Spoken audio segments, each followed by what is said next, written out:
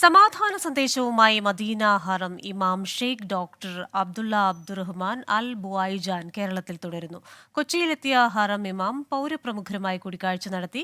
ഇന്ത്യയുടെ വൈവിധ്യം ലോകത്തിന് മാതൃകയാണെന്ന് ഹറം ഇമാം പറഞ്ഞു.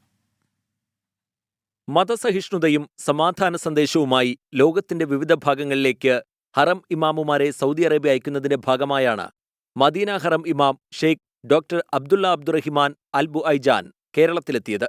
കോഴിക്കോട് KNM സംഘടിപ്പിച്ച സമാധാന സമ്മേളനത്തിൽ പങ്കെടുത്ത ശേഷമാണ് കൊച്ചിയിലെത്തിയ ഹറം ഇമാം പൗരപ്രമുഖരുമായി കൂടിക്കാഴ്ച നടത്തിയത്. സാമുദായിക ഐക്യം അനിവാര്യമായ കാലത്ത് ഇന്ത്യയുടെ ബഹുസ്വരതയും വൈവിധ്യവും ലോകത്തെ അടയാളപ്പെടുത്തുന്നതാണെന്ന് ഹറം ഇമാം പറഞ്ഞു. البوذية والسيخ والهندوس وأيضا اللغات مختلفة متعددة.